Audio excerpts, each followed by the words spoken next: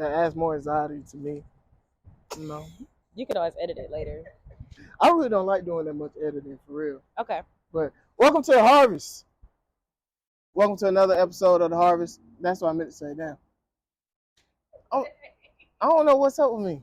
I'm just real relaxed right now. I don't care. Like I'm with my homegirl. I'm with my since 8th grade. You feel what I'm It's been saying? a very long time. It's been a long ass time. I should have brought a picture. I should have brought your book. Oh, no, you didn't have to do that. I'm going to my mom's house after. You didn't have I to. could get it for you, You and know, I could send a picture. No, I knew how I looked back then. I'm saying for the no. Oh, you right? Wouldn't Yeah, that be okay. like good for the? Yeah. What? Do we have a class picture, Mr. Johnson? I'll see when I get over there. Okay. I know that's what homeroom. She got all my stuff, so I'll ask her. Yeah, we was in Miss. What's his name? That old white man. Yeah. Yeah, we had an old white. Oh, you got that? Okay. Oh. What you just press? I was about to press it, but she kept going, so I didn't press it. When she said the old white man, I was finna stop it. So no, just let it go. No. I'm not racist. Yeah, they're like, no, I'm not racist.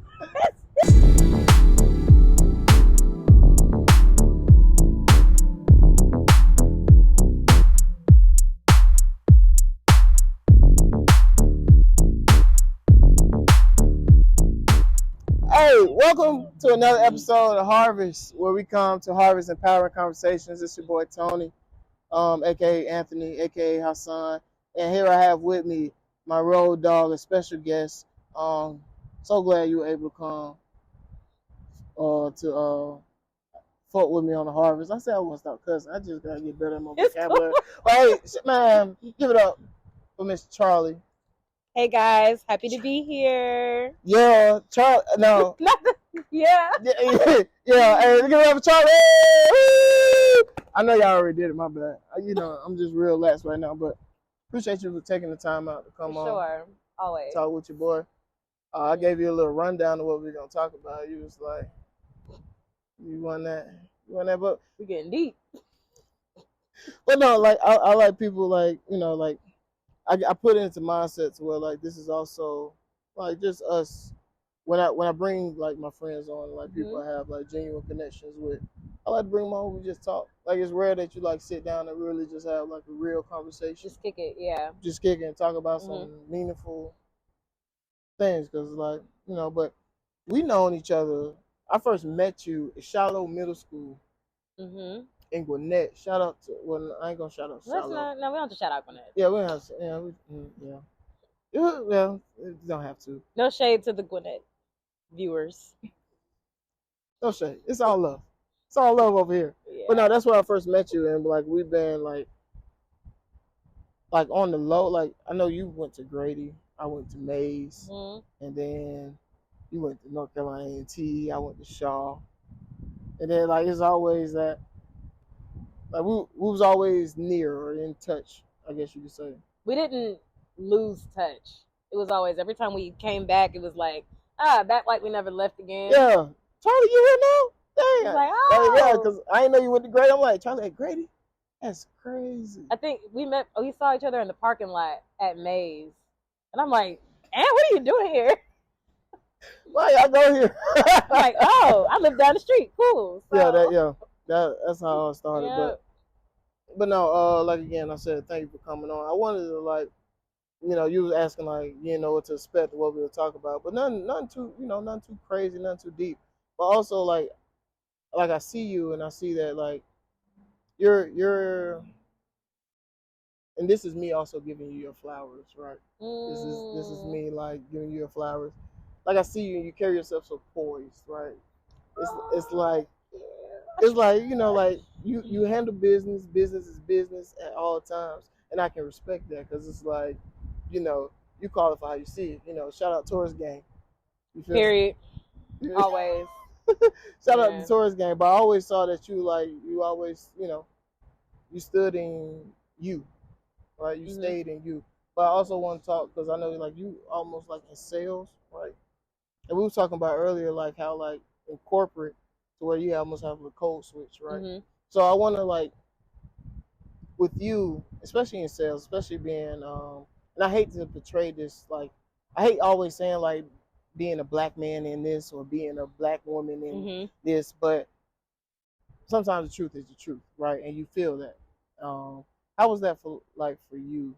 The code switching, and oh my gosh, I can go back to my internship, and my first internship was here in Atlanta, right? So my first exposure to corporate was at the airport. Black people run the airport. I don't know if y'all know that, but they do, from the mayor down. So my first exposure to that was a positive experience. I was in the room with a lot of big time CEOs of restaurants and things like that. I was doing a marketing internship for concessions. And so in my head, and going to a black school, my dad was in corporate, he's a black man, growing up in a black city with, you know, successful black people, I was very comfortable and always had this certain level of confidence in my competence. Then fast forward, go to a HBCU, the biggest HBCU, so really surrounded by black excellence that provided you literally opportunities on a platter. Shout out to A&T, Aggie Pride. Shout out A&T. You know, so my first exposure of maybe having some type of off-putting feeling of that was my Cisco internship. Really, I was completely white. It was me, Kenneth, and our friend Timmy. Kenneth wasn't in the same city as us, but same internship. And it was my first time really being a minority. So I never really had confidence issues, but walking into a room where you are basically the only one of your kind, it's different. It's very different. So instead of coming in as my authentic self like I always have, I took a step back and I kind of went against everything that I did to try to assimilate. Everything that I said, you know how people say, you know, your grandmas always say, never say what you never gonna do. I did that whole thing. Like, I buttoned up, I wasn't comfortable. I didn't really know anything about tech. I got into that internship off of like you have talent for sales. You belong here. I want a competition. Let's do it. I didn't even want to do sales. What did you want to do? Marketing. I wanted to go straight into getting my MBA after grad school. I didn't want to get job experience first. Basically the exact opposite of what I ended up doing. But, you know, my parents were like, you taking this opportunity? I'm like, why not? And everything happens for a reason. So my manager at the time, who is actually one of my good friends still to this day, she was like a younger white lady about her business. She ran the whole internship program. Every week we had feedback, like one-on-one feedback, and they would coach you and push you. That's like the hardest probably internship work experience I've ever had to this day. And it was the same thing every week. We feel like you're not bringing yourself. We feel like we don't really know who you are. And I'm like, of course that's easy for you to say. You are white corporate in America. I'm not even there yet. I don't feel comfortable being in this space. My first week at that internship, I had to figure out how to assert the angry black woman thing, right?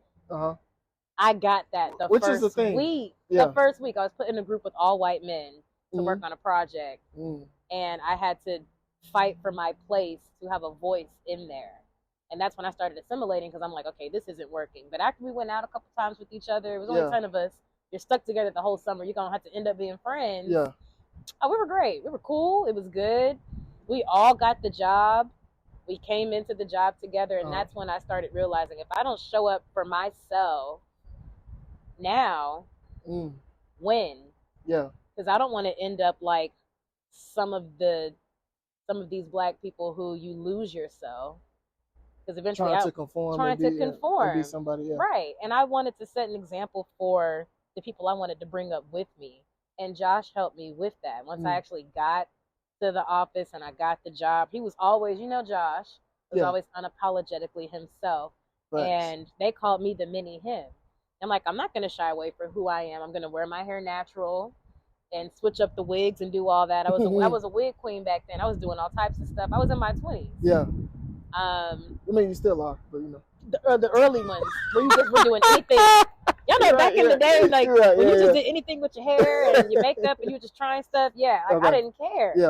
I'm gonna wear what I want to wear. I'm gonna act how I want to act. I'm gonna speak how I want to speak. You're gonna be you. I'm gonna be me. Mm-hmm. So just like when we were talking before we started filming, like I still to a degree couldn't really be myself because I completely was not welcomed in that space, in that particular office. Yeah. But when I moved back home and I was able to get onto my new company, again, in a African American city, which ever since I've been pulling up to the office, just very welcomed energy. I've had diverse management. All of my management and top management have been women of color. My direct managers, men of color, teammates, colors of the rainbow. It's been an amazing experience. But even if it wasn't that, I'm still going to show up unapologetically myself because I know that my gifts will make room for me. And I know who I belong to, and he's going to make room for me wherever I'm at.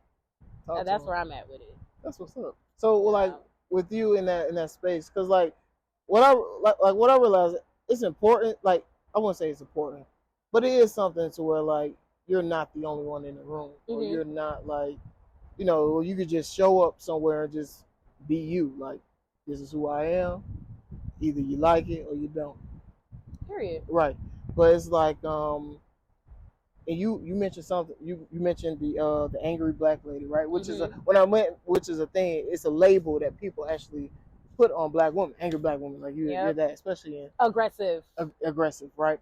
So with that, like, I want to know, like, because I guess, like, I ain't gonna lie, I'm not too familiar in sales, but like, is there a lot of pressure to like get a deal done?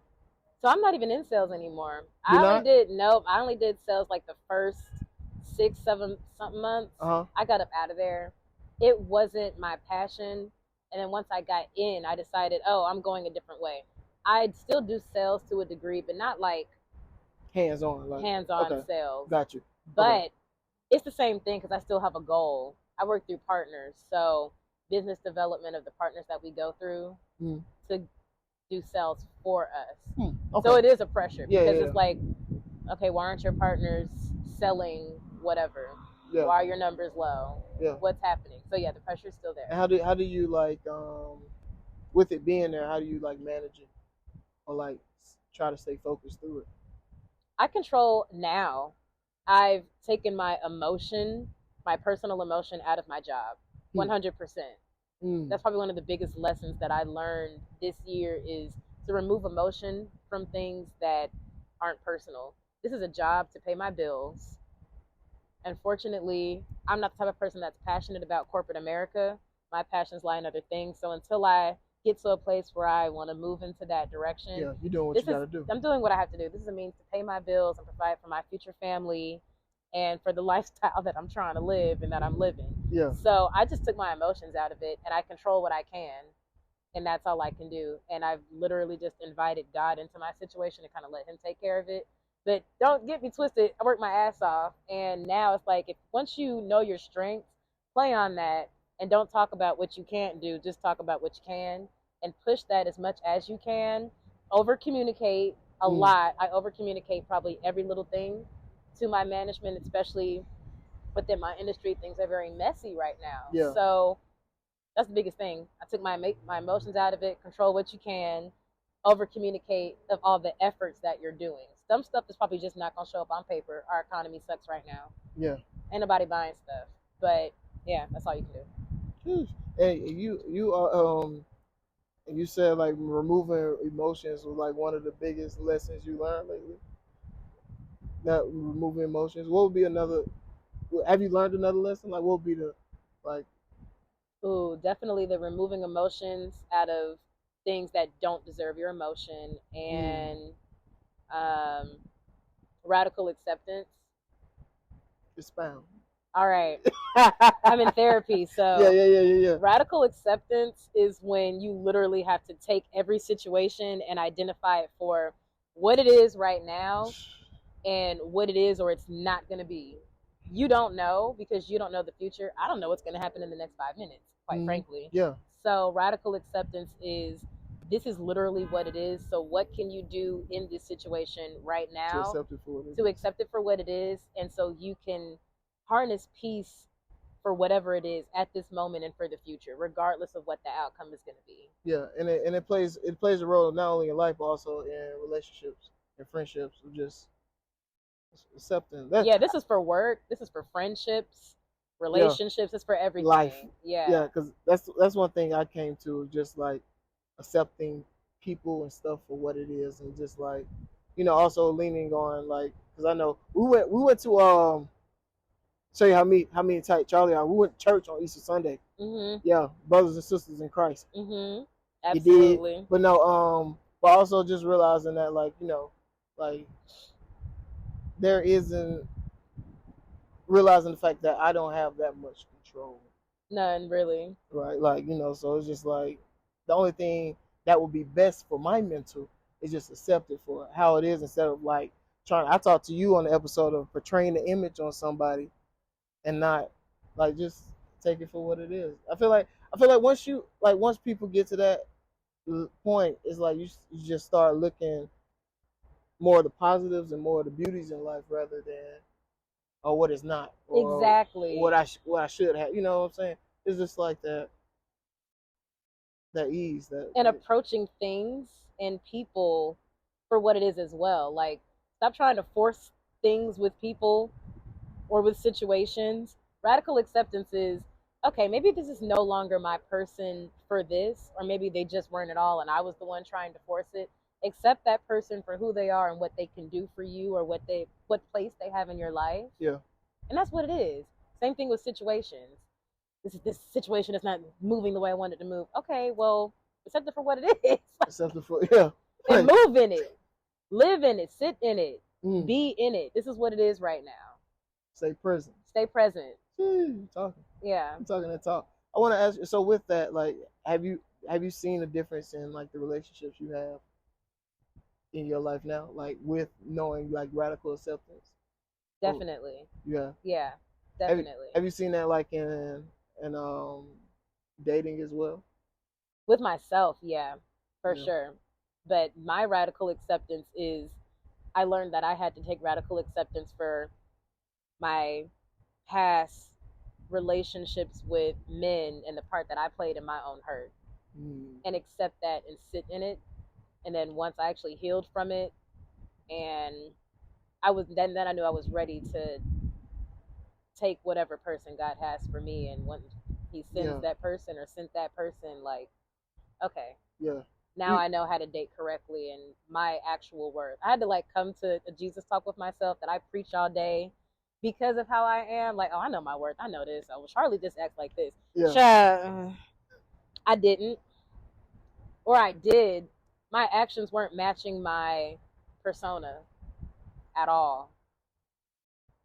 I had to radically accept the fact that that's on me. Those people did those things, but what part did you play in, especially the patterns? Because it was the same thing over and over. And we're Tauruses, so we kind of have a bad habit of having bad habits. Hell. So like radical acceptance. No, I accept the fact that I did this and I accepted this, and my part is that I supported the bullshit. So what are we gonna do the next time, the last time, if we wanted to be the last time? What are we gonna do? I feel you when you say, like, sitting in it and healing from it, because that's where the work is. That's where you got to do the self-evaluation. You got to start from the core of to why that even got to. That's what I do. Like, I sit in that and I be like, okay, how do we get to this point? Or what caused me to act in this way? Okay, we can't. No, and it's also just wanting the best for yourself and just wanting better, because it's like you see yourself slip up, you like, nah, I can't do that. And then also having a self-awareness. Self-awareness is key. Oh my gosh. And, like, taking responsibility. Oh man. Talk about your self-awareness.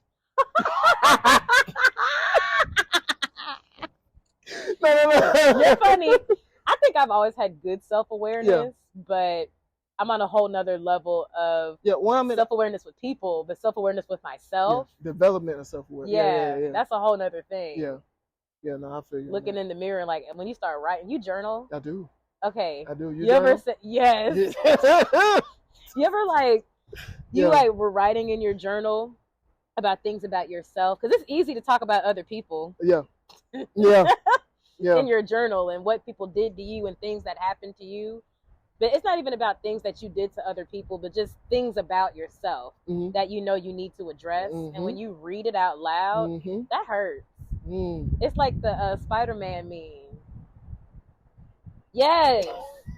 I started crying one time. Yeah. It was earlier this year. It was like February, and that's when everything just started to unravel. Like you said, you got to start from the core of where it came from. And I realized, like, I knew I had stuff from childhood, but I thought I got over that the first time. Because this is my second round of therapy. No shame. No shame. No shame. We love therapy. My thing is, dang, I thought I was good. Yeah. No. No, when you really start to dig in, it's like, I have this because of how I was when I was a kid. You wrap that all up in a nice box, and like, once you're ready to give that box away, that's when that's when you feel that release. Get the monkey off your back. Like, yes, but it definitely takes that time where you have to sit with yourself for a while and look in that mirror. And people don't like to do that and look at am I ready to look at myself? They don't. And address this sit in it. That's growth. That's real growth. I seen a tweet saying people make the new thing for avoidance is setting boundaries. I saw your post. Yeah. Let's talk about it. Let's get into that. Like avoiding, you're setting, I'm not going to do this because I'm setting boundaries. You're really avoiding the fact that you need to address this issue head on. And that's what I realized. I realized, like, instead of running from the problem, I need to go ahead and start facing the problem. Like, I can say, like, no, I'm not gonna do that because it's better. It's better to face the problem with everything. You got bills you need to pay for, just go ahead and pay it.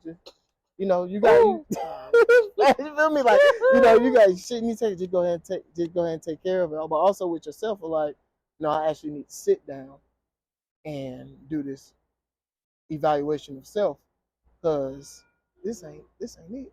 I feel like that about certain people with like cutting people off, or we all have stuff going on. I feel like the older we get, especially this year particularly, has been very hard for a lot of people. But there's a difference between setting boundaries, because boundaries, I do believe in the whole, like, boundaries aren't for them, they're for you. Okay, yes. Yeah. But there is a difference between not addressing things with yourself and other people, or you really got stuff going on with other people, but Thanks. You're just going to slap the label on it. Thanks. So it sounds good. Are you looking I'm setting in a boundary? Mirror? No, you're not. Yeah. Are you looking in the mirror before you set the boundary? And that's the thing. I feel like in order to set boundaries, you have to do self work first in order to be able to label and prioritize what needs to be done or what needs to be taken away. Exactly. If you ain't looking in the mirror, like you said, like, then what you doing? Avoiding conflict, avoiding uncomfortable conversations. Woo. Grow up. Woo. Nah, fast. But I want to dig into something else, because I remember, and I hope you don't get mad at me for bringing this up, but I remember we were at Milo's graduation party, and having a good time. Boom. And we were talking about dating at the time too. I actually had a good conversation with Kenneth about individuality and dating too. That was something different. But you said one key thing. You was like, you don't trust your heart. Do you still feel that way? I remember this. Do you still feel that way? No, it's interesting. I was having this conversation with my therapist like Tuesday. That's wild. It was the last 10 minutes. We were wrapping up, and she's like, anything else? And I'm like, for the next time we speak, there's been something sitting on me because of some developments in my life. And I'm like, why do I was like, I want to talk about how to get over triggers and traumas so you don't let that lead into your next relationship if you know that, this could be something for real. Yeah. And she was like, okay, well, first of all, let's just address this now. You can get over your trauma. She was like, which you have. You're done with that. It's your triggers that you have issues with. That's not something you can get over. It takes work. She's like, it's really not anything that you get over. She's like, it's something, she's like, kind of like drug addiction or people who struggle with different things like that. It's more a coping mechanisms of how you don't let it take you down the rabbit holes that you tend to go down, either if it's with work, personal, relationships, all your stuff. And she was like, and because I struggle with intrusive thoughts.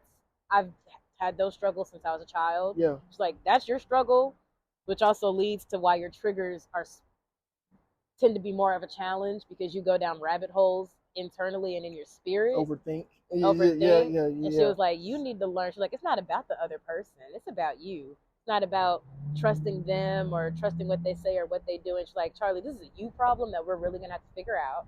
And she was like, you have issues with trusting yourself. That includes your heart. I'm still struggling. I'm still struggling. Because I remember you saying it, and I was like, you don't trust your heart. Like, what you mean? No. Like, that's big.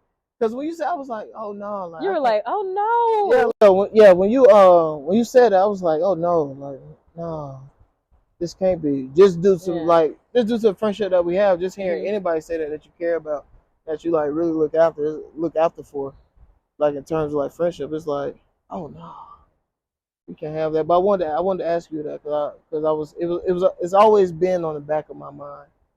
It's different with friendships, though. You know, you can love, like I love y'all deep. Yeah. Like my friendships are like my family, and my family, of course, is number one too. So that's never been a problem, but it's something about trusting myself with men because of just the things that I've been through. It's like, I don't really think I trust my heart anymore, because the few times that I did, and again, we love hard as Tauruses. Yeah. It takes a lot, but once you got us, once we locked in, you have us. So to not feel like I've never, like, to not feel the what's the word, reciprocation? Yeah, reciprocation. Yes, yeah. Of that feeling, and like, I got you, I cherish you. You can exhale with me.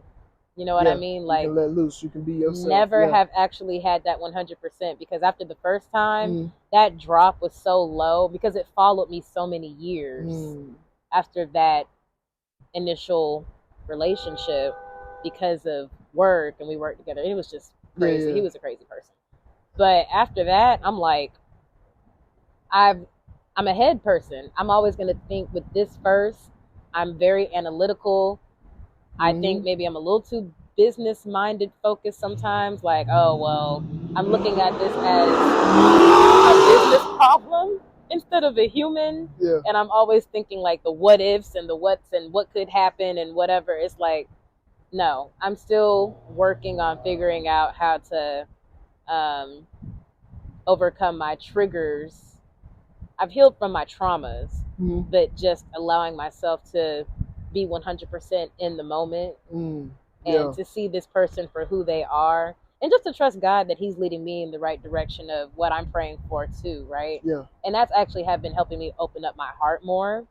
I feel it now, 100%. Like, I feel it a lot better now. I'm doing so much better with it, but I'm still working. Just pray for me, Shaq. The process is process. Like I said, man, everyone going through something. We all unfrost that heart, Shaq. One chip at a time. Yeah. You know, one chip at a time, and you must put it. Like I said, no one said it was gonna be easy. No. But the work must be done. Yeah, to get what you want. And you know, I want marriage. I want kids, but I don't want just a marriage. I want the marriage. Like, I want my marriage. Yeah. Like, I want a healthy with your person, marriage with my person. Yeah, I don't believe in couple goals and stuff. I don't want to be like nobody but me. Yeah, personally. But you know.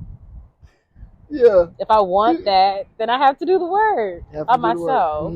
So. And then you gotta ask yourself how bad you really want it. How bad you want it. So I'm doing the work. Because what I realized, I'm like, I get why people quit. I get it too. I get why people just be like, hell no.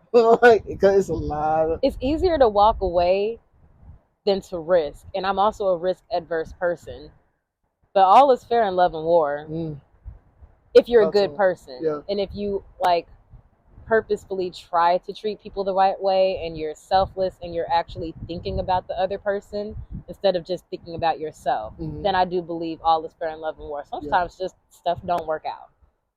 But people who go about this life in such a selfish way, which I think our generation does, that's why you got all these people like me walking around who, yeah, Yeah, I got trust issues. Yeah, I don't trust myself. Those folks just out here hurt people. They do. Nobody wants to get help. I want to go talk to the lady. Child, you went to go talk to your auntie. Get out of here. Oh, we're gonna talk to the auntie. Oh man, but no. Look, before the sun sets on us, I appreciate you for coming on the harvest. I appreciate you, I appreciate friend. you sitting down talking to me. This was real good conversation. And I hope here at the harvest where we harvest empowering conversations, I should have a thing that comes up across the screen. And I like that. Yeah, in glittery letters, harvest empowering conversation. I don't know. But anyway, hey, I hope you were able to get some fruits for the spirit, for the mind, for the body from this conversation, from this episode. Check back with us. Hey, also, please make sure to share, like, and subscribe. The Harvest Creative Fruit Media on YouTube. Subscribe there. But thank you again. Thank you for coming. I appreciate This was so refreshing. Oh, well, thank you. This is such a real conversation. I appreciate that. Yeah, I appreciate you. Thank you. I appreciate you too. My dog. Oh, my dog. I'm sorry. It's all right, we'll see y'all next week. Yeah.